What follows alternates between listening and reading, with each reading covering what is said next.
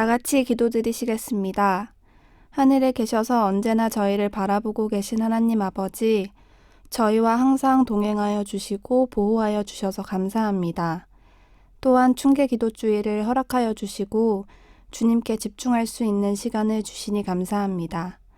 세상이 코로나19로 인해 두려움을 느끼고 혼란을 겪고 있는 이 시기에 우리 재림 청년들이 하나님께 눈을 떼지 않고 주님을 더더욱 의지할 수 있도록 도와주세요. 또한 코로나로 인해 고통을 받는 이들과 함께하여 주셔서 빨리 회복할 수 있도록 도와주시고 환자들을 위해 최선을 다하는 모든 이들에게 축복 내려주세요. 이 시간 주님의 말씀을 통해 하나님과 더욱 가까워지는 시간이 될 수 있도록 도와주세요. 저희를 언제나 지켜 보호하여 주시는 예수님의 이름으로 기도드립니다. 아멘. 오늘은 여러분들에게 하나님의 이름 중에 여호와 니시를 소개합니다. 승리의 하나님이시죠. 우리가 지금 코로나 때문에 굉장히 큰 두려움에 쌓여 있는데 이런 모든 질병을 정복해 주셔서 승리해 주시기를 간절히 바랍니다.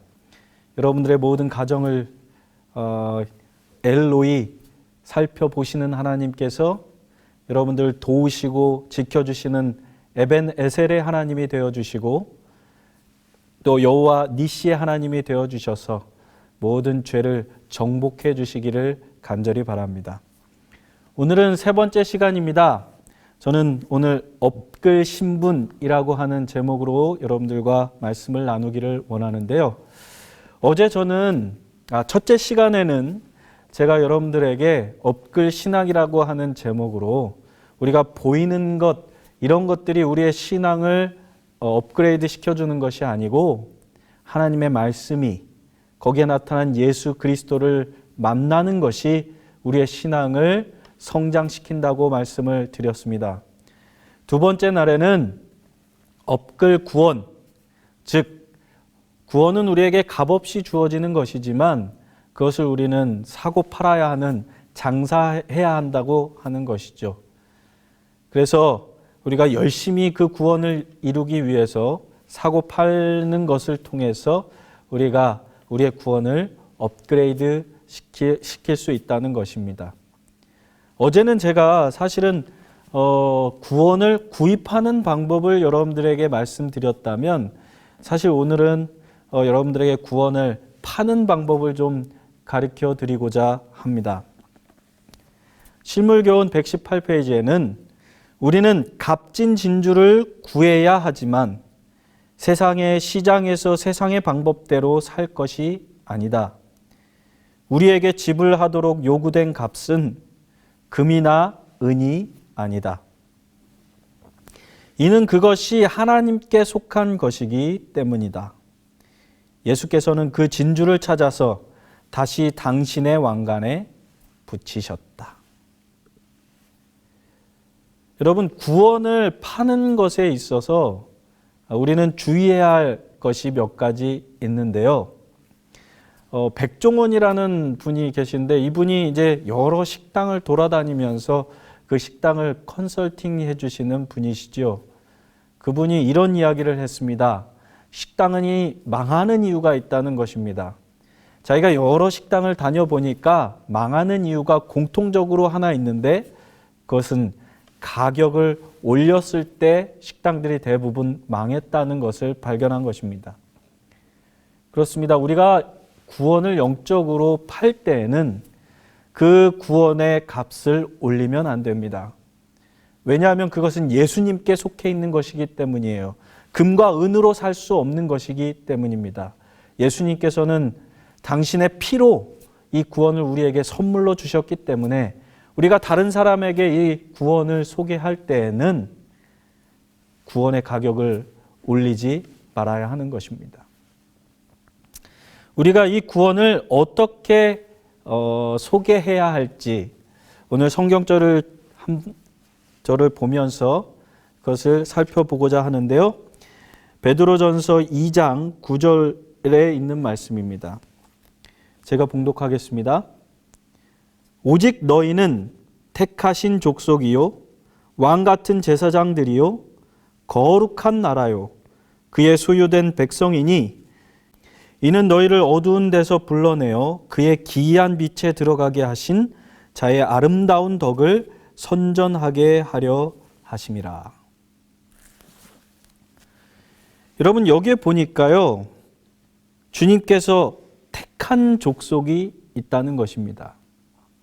그런데 이 택한 족속이라고 한 표현이 베드로전서 1장에서는 흩어진 나그네라고 표현해 주고 있습니다. 주님께서 하나님께서 흩어진 나그네들을 선택하셨습니다. 왜 선택하셨는가? 오늘 본문의 말씀은 이렇게 이야기하고 있습니다. 아름다운 덕을 선전하게 하기 위하여 흩어진 나그네들을 선택하셨다는 것입니다.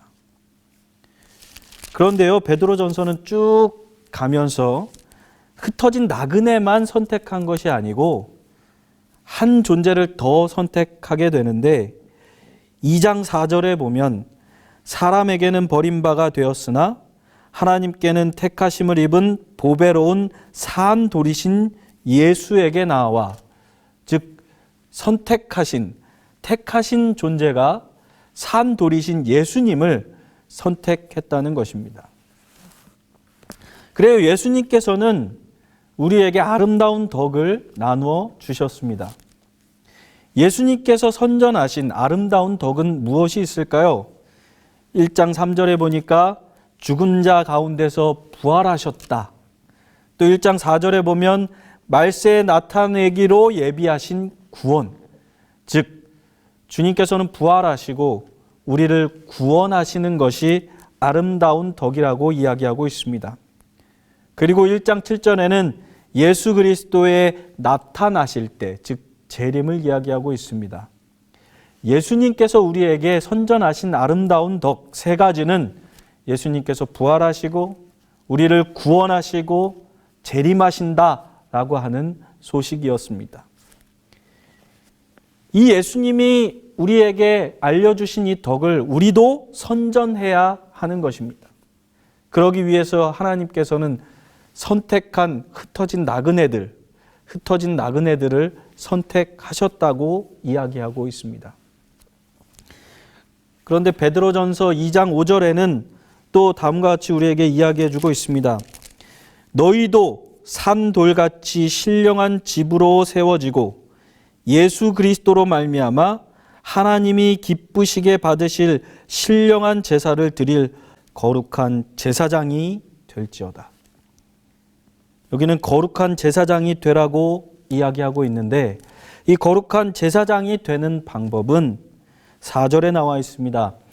사람에게는 버림바가 되었으나 하나님께는 택하심을 입은 보배로운 산돌이신 예수에게 나아가라는 것입니다.